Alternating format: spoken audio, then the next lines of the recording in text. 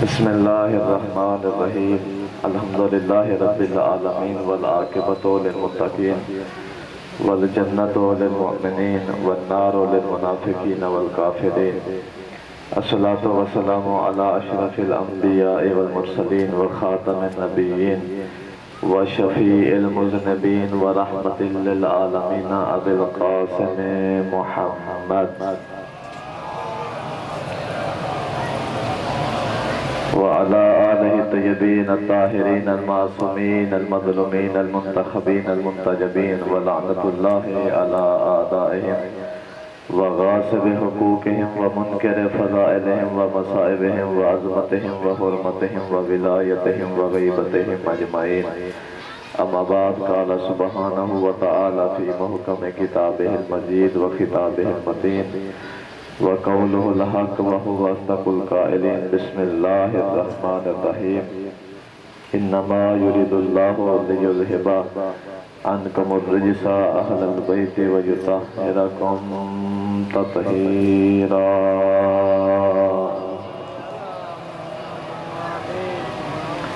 سبحان ربك رب العزة عما يصفون وسلام على المرسلين والحمد لله رب العالمين.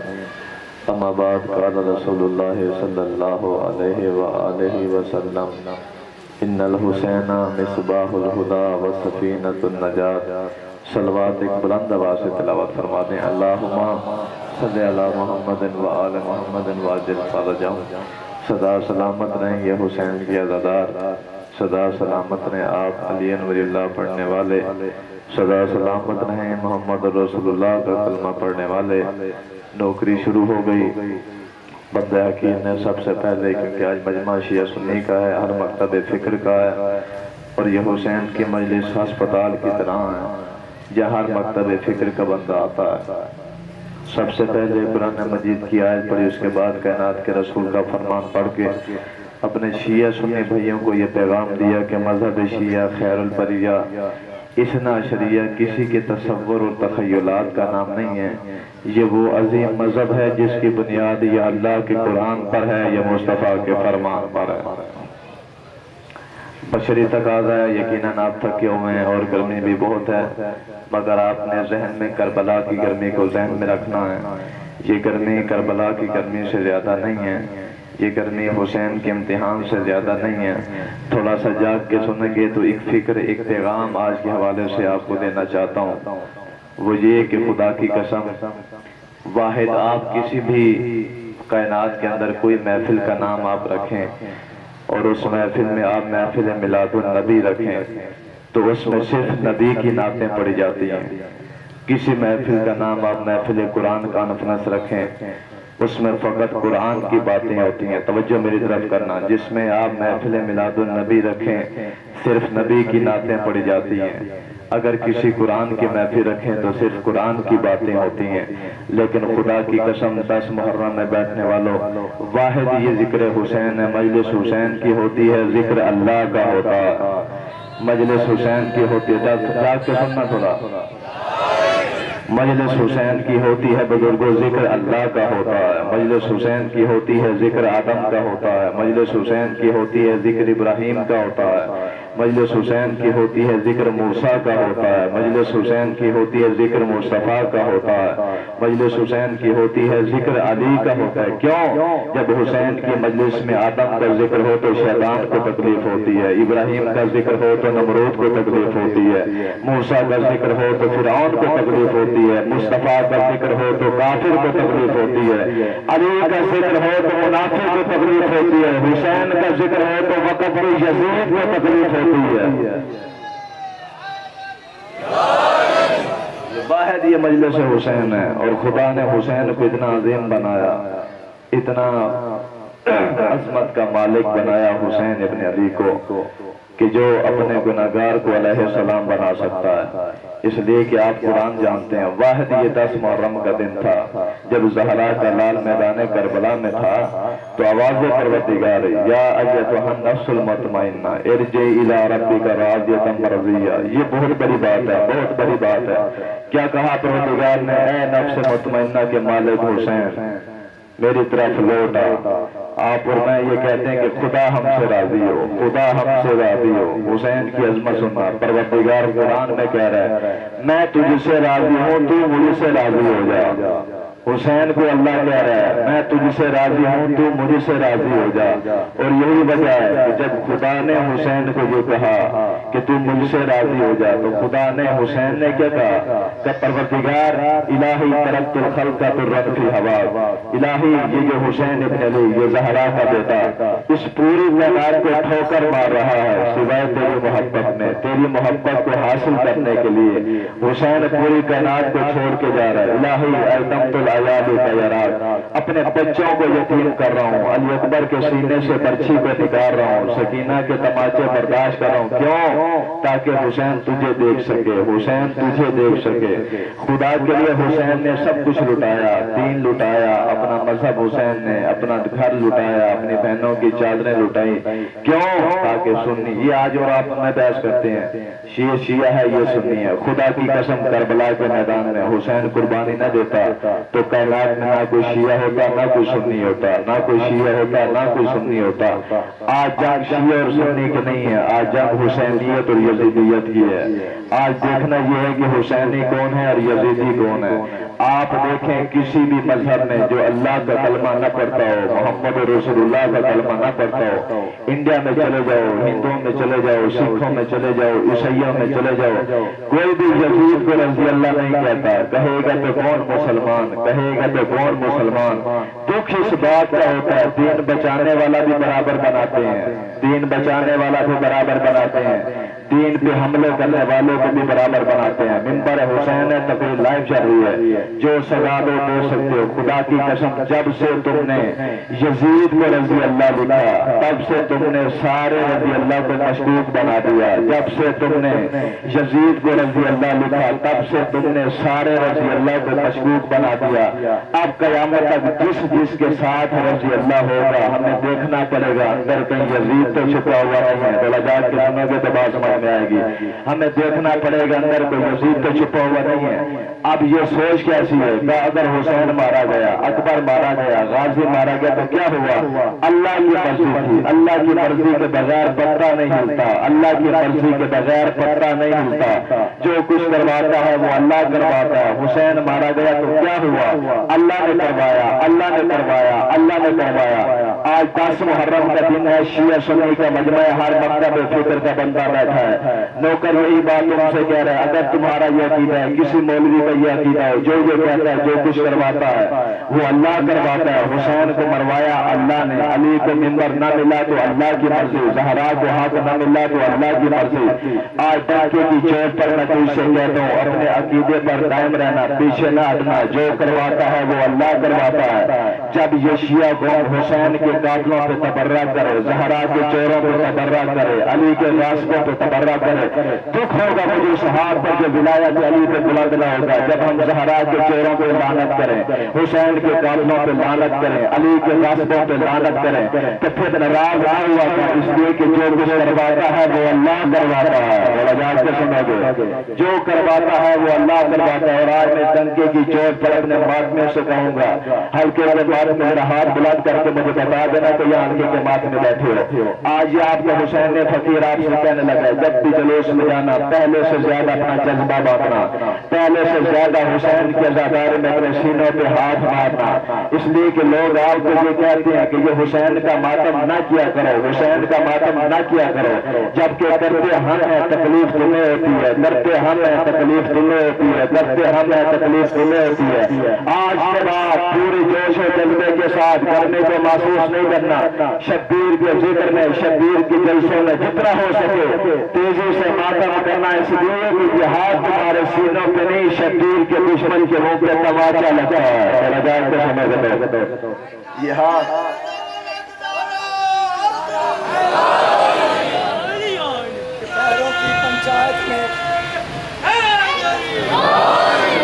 بہروں کی پنچایت میں قرآن سنانے آئی تھی، بچوں بہروں کی پنچایت میں قرآن سنانے آئی تھی، ان پڑھ کو محمد کا تحریر دکھانے آئی تھی۔ ارے فاقے فدیت کی حاجت کب تھی؟ کائنات کی ملکہ کو فوت علی کے منکر کی اوقات بتانے آئی تھی عظمت سیدہ بلند سلوات۔ اور یہ وہ ربائی میرے بھائی نے پڑھی ہے کہ جس ربائی پہ پڑھنے پہ نوید آصف پی اے صاحب کو، جو حسین ابن علی کا بڑا واقف تھا، اس کا جرم یہ تھا کہ وہ فاطمہ کا حق لوگوں کو بتاتا تھا، اس جرم میں اس کو قتل کیا گیا، اسے شہید کیا گیا اور بے دردی سے مارا گیا۔ ظلمیت یہ ہے کہ آج تک قاتل پکڑا بھی گیا تو سزا نہیں ہوئی، پکڑا بھی گیا تو سزا نہیں ہوئی۔ میرے شیعہ سنی بھائی میرے یہاں تشریف فرمائیں، آپ کا جو بیٹا ہوں، آپ کا میں بھائی ہوں، ہماری مجلس میں آپ آتے ہو، کبھی آپ نے دیکھا ہم نے کسی کے پیر کو برا کہا ہو؟ ہم تو اپنے سیدوں کی حفاظت کرتے ہیں، ہم تو اپنے مذہب کی حفاظت کرتے ہیں، لوگوں کو قرآن بتاتے ہیں، حسین کی عظمت بتاتے ہیں۔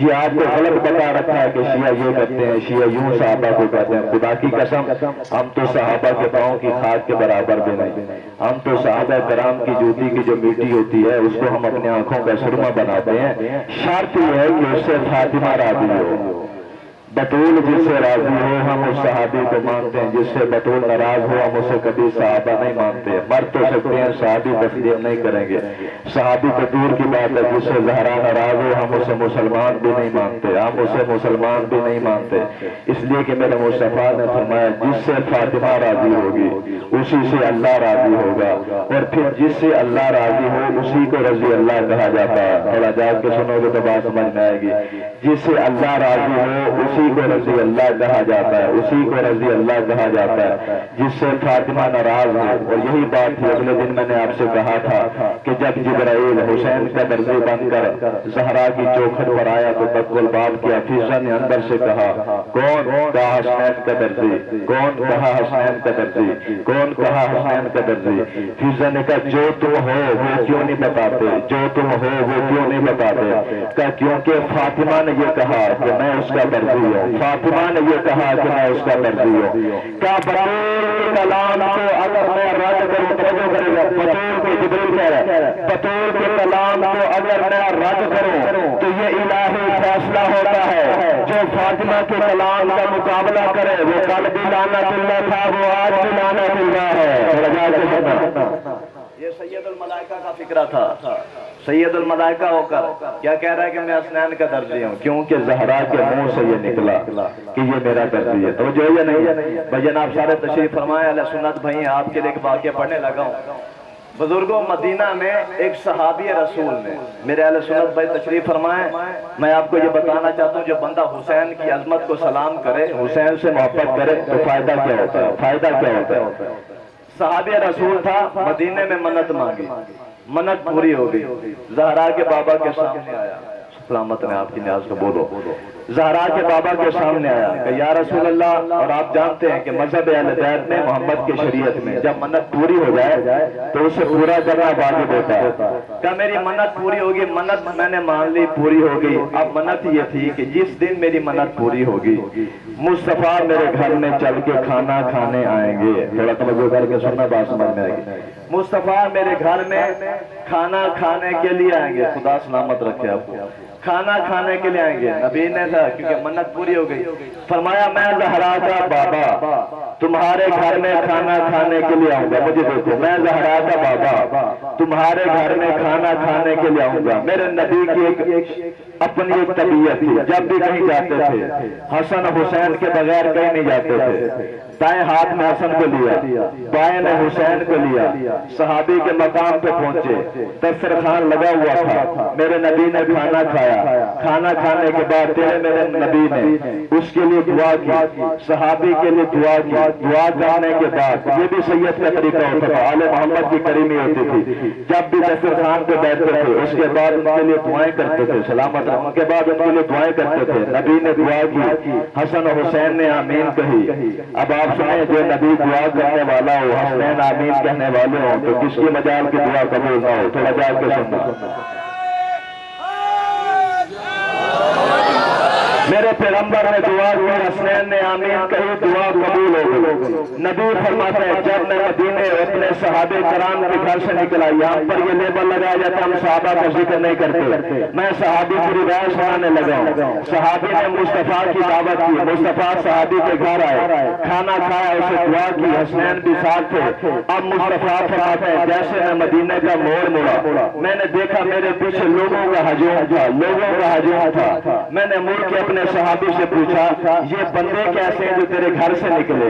اس نے ہاتھ باندھ کے کہا یا رسول اللہ وہ میری منت تھی، جس دن نبی آئے گا منت پوری ہوگی، نبی کو گھر میں بلاؤں گا۔ پھر ایک اور منت مانگی تھی، ہم اس کو صحابی مانتے ہیں۔ پھر ایک اور منت مانگی تھی، جس دن زہرا کا بابا اس کے 5 قدم میرے گھر پہ پڑ گئے، اس کے 1 قدم کے بدلے میں گنہگار صحابی 1000 غلام آزاد کروں گا۔ جا کے سنو گے تو بات سمجھ میں آئے گی۔ یہ ایک صحابی جسے ہم سلام کرتے ہیں، کہ میری یہ منت تھی، جس دن زہرا کا بابا کا 5 قدم میرے گھر پہ پڑ گیا، 1 قدم کے بدلے میں 1 قدم کے بدلے میں میں 1000 غلام آزاد کروں گا۔ کہا کہ یہ جو آپ لوگوں کا رش دیکھ رہے ہیں یہ کوئی عام بندے نہیں، یہ میرے غلام تھے، میں نے اپنے پیسے سے خریدے ہوئے تھے، آپ کے قدموں کے صدقے میں نے ان غلاموں کو آزاد کر دیا۔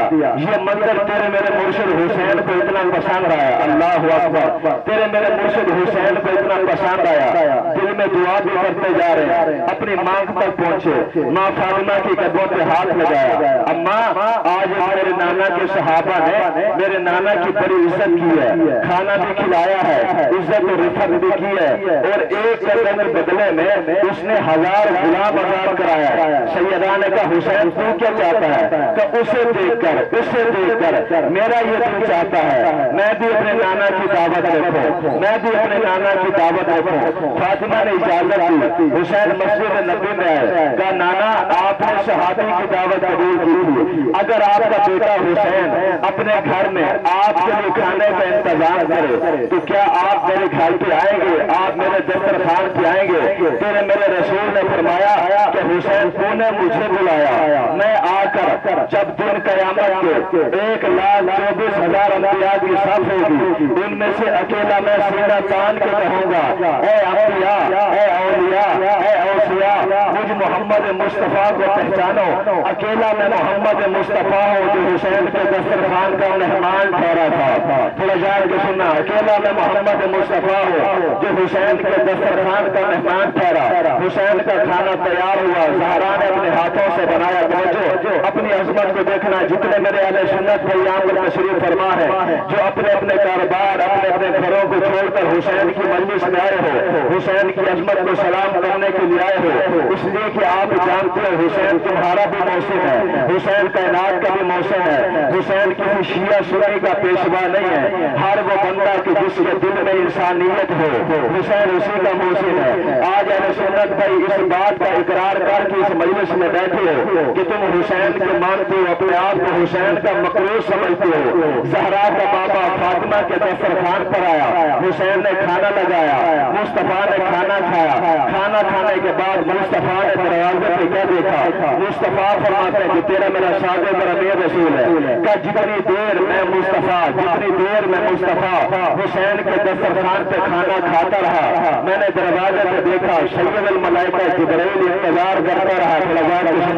جتنی دیر میں نے حسین کے دسترخوان پہ کھانا کھانے میں لگائی، جبرائیل کو دیکھتا رہا، وہ دروازے پہ کھڑا رہا، میں نے کھانا ختم کیا، میں نے حسین کو دعائیں دی، فاطمہ کو دعائیں دی، میں نے دروازے پہ آ کے جبرائیل سے پوچھا تو سید الملائکہ ہے، تیرے پاس اتنا وقت نہیں ہوتا تو کسی کا انتظار کرے، تو زہرا کے بابا کی شان میں اس کی تعظیم کے لیے اتنی دیر کھڑا رہا۔ اس وقت جبرائیل نے کہا یا رسول اللہ سب سے پہلے خدا آپ پر درود و سلام بھیج رہا ہے، خدا آپ پر درود و سلام بھیج رہا ہے۔ درود و سلام کے بعد اللہ یہ کہہ رہا ہے میرے مصطفیٰ تو صحابی کے گھر میں گیا تھا، صحابی کی یہ منشا تھی وہ تیرے 1 قدم کے بدلے میں 1000 غلام آزاد کرے۔ اب مجھے اللہ کی یہ مرضی بن گئی، تو حسین کے دسترخوان کا مہمان تھا، میں اللہ تجھ سے وعدہ کرتا ہوں تیرے 1 قدم کے بدلے میں میں حسین کے 70,000 چاہنے والوں کو جنت میں جگہ دے دوں گا۔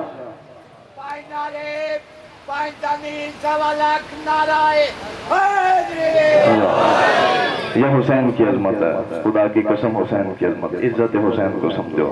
آج 10 محرم ہے، وہ عمل آپ کو دیتا ہوں، ذکر مسائب اپنے بھائی کو ٹائم دو۔ آج ایک تسبیح آپ کو دے رہا ہوں، عربی کا فقرہ ہے، اگر کسی کو یہ نہ آئے تو آپ اردو میں یہ فقرہ کہیں۔ آج سارا دن ہاتھ میں تسبیح لیں اور ایک فقرہ کہیں، وہ کیا؟ حسین اور اصحاب حسین کے قاتلوں پر لعنت، حسین اولاد حسین اور اصحاب حسین کے قاتلوں پر لعنت۔ جتنا ہو سکے اس تسبیح کو آج کی رات، آج کے دن میں پڑھیں۔ ایک اور عمل ہے جسے زیارت عاشورہ کہا جاتا ہے۔ میرے نوجوان بھائیوں، میں یہ آپ کے لیے فکر ہے، بزرگ تو جانتے ہیں، زیارت عاشورہ یہ مفاتیح الجنان میں بھی ہوتی ہے، وظائف الابرار میں بھی ہوتی ہے، بہت سی کتابیں ہیں، نیٹ پہ آپ سرچ کریں گے، انٹرنیٹ کا دور ہے، آپ کے سامنے آڈیو بھی آ جائے گی، ویڈیو بھی آ جائے گی، ترجمہ بھی آ جائے گا۔ زیارت عاشورہ، اس زیارت عاشورہ کی عظمت یہ ہے، ایران کے اندر ایک گناہگار خاتون رہتی تھی جسے پورا ایران جانتا تھا کہ یہ گناہگار ہے، کبھی نماز نہیں دیکھی تھی، کبھی روزہ نہیں دیکھا تھا، لیکن جب وہ مر گئی، اس کو دفنانے کے لیے جب ایران کے قبرستان میں جایا گیا تو ایک عالم دین لکھتے ہیں کہ اس عورت کی قبر کے نزدیک جتنے بھی گناہگار اور قبریں تھیں، اللہ نے اس عورت کے صدقے میں ان تمام کو بھی معاف کر دیا، ان تمام کو بھی معاف کر دیا۔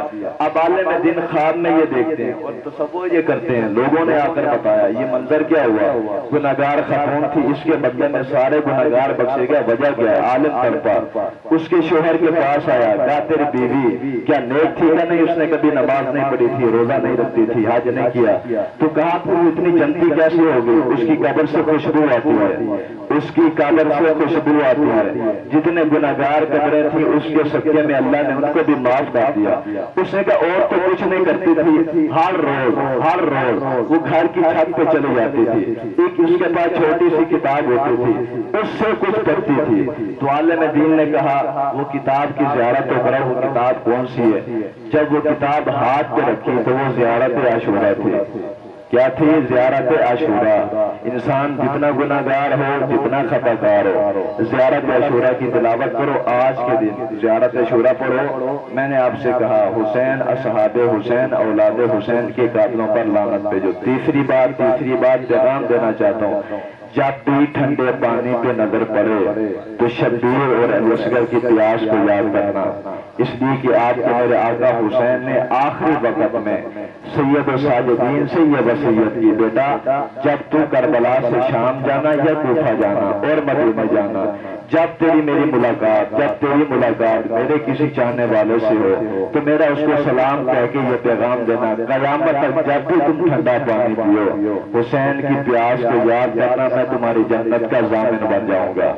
آج کے دن اگر ٹھنڈے پانی پہ نظر پڑے شبیر کی پیاس کو یاد کرو۔ دوسرا، چوتھی بات آج فاقہ کی تھی، وہ ظہر فجر کی نماز سے شروع ہوتا ہے اور عصر عاشور، یعنی جب تک عصر کی اذان نہیں آتی تب تک آپ کھانا پینا چھوڑ دیں، حسین کی ذات کے لیے، حسین کی اولاد کے لیے فاقہ رکھیں تاکہ ہمارا شمار اس میں ہو جائے۔ معصوم فرماتے ہیں جو بندہ سچے دل کے ساتھ 10 محرم کو فاقہ اس نیت کے ساتھ رکھے کہ زہرا کا لال بھی پیاسا تھا، بھوکا تھا، اس کا قافلہ بھی بھوکا تھا اور پیاسا تھا، تو ہم یہ ضمانت دیتے ہیں دن قیامت کے وہ شہداء کربلا میں معشور ہوگا۔ اتنا بڑا فاقہ رکھیں، کوشش کریں۔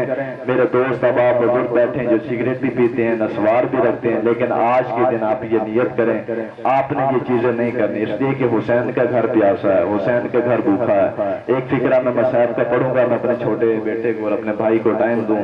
وہ فقرہ یہ ہے، خدا کی قسم فقرہ یہ ہے کہ جب مدینہ میں علی اکبر پانی کسی سے مانگتا تھا تو دینے حسین آ جاتے تھے، پانی کسی سے مانگتا تھا تو بھر کے حسین آ جاتے تھے۔ ایک مرتبہ لے کر نے کہا بابا آپ وقت کے امام ہیں، میں آپ کا بیٹا ہوں، جب آپ مجھے پانی بھر کے دیتے ہیں تو مجھے شرم آتی ہے۔ حسین نے رو کر فرمایا میں اکبر سمجھ کے نہیں، نانا مصطفیٰ سمجھ کے تیری تعظیم کرتا ہوں، میں نانا مصطفیٰ سمجھ کے تیرا احترام کرتا ہوں۔ اب ایک فقرہ اور سنیں، آپ نے سورج مکھی کا پھول دیکھا ہوگا، بزرگ بیٹھے ہیں، سورج مکھی کا پھول دیکھا ہوگا، اس کی کیفیت کیا ہوتی ہے؟ کیفیت یہ ہوتی ہے کہ جدھر جدھر سورج مڑتا ہے اس کا منہ بھی ادھر ادھر مڑتا جاتا ہے۔ جب کوفہ کے ایک بازار میں علی اکبر کی سانگ پہ جہاں سر تھا، تاریخ یہ کہتی ہے حسین کو اکبر سے اتنا پیار تھا، جدھر جدھر اکبر کا سر جاتا تھا شبیر کا سر بھی ادھر ادھر مڑتا جاتا تھا، ہائے ضرور کہتا تھا شبیر کا سر بھی ادھر ادھر مڑتا جاتا تھا۔ ایک مرتبہ شیمر نے کیا دیکھا کہ حسین کا سر نوکے نیزہ پر نہیں ہے، سید الساجدین کے قریب آ کر سجاد کی پشت پہ ظلم کرنا شروع کیا، رو کر سید الساجدین نے کہا ظالم میری پھوپھی کے سر سے چادر بھی تم نے اتار لی، بازاروں میں بھی ڈونٹ کو لے کے آیا، اب کیا وجہ مجھے کیوں مارتا ہے، میرا قصور کیا ہے؟ یہ دیکھ کہنے لگا سجاد اتنا بتا تیرا بابا کہاں ہے، تیرے بابا کا سر کہاں ہے؟ زین العابدین نے کہا تو پہلے یہ بتا میرے بھیا علی اکبر کا سر کہاں ہے؟ جب اس نے کہا کہ میں نے ایک صندوق میں بند کر رکھا ہے، سجاد نے رو کر کہا صندوق تو کھول، اس میں ایک سر نہیں، تجھے اکبر کا سر بھی نظر آئے گا، تجھے حسین کا سر بھی نظر آئے گا۔ عزادار اس نے جیسے صندوق کو کھولا تو کیا دیکھا کہ اکبر کے سر پہ حسین کا سر تھا، رو کر زہرا کا لال کہہ رہا تھا علی اکبر اگر دین پہ مجبوری نہ بنتی میں تجھے کبھی برچھی نہ لگنے دیتا، میں نے مدینہ میں کبھی تجھے مٹی نہیں لگنے دی۔ اللہ لعنت اللہ علی القوم الظالمین۔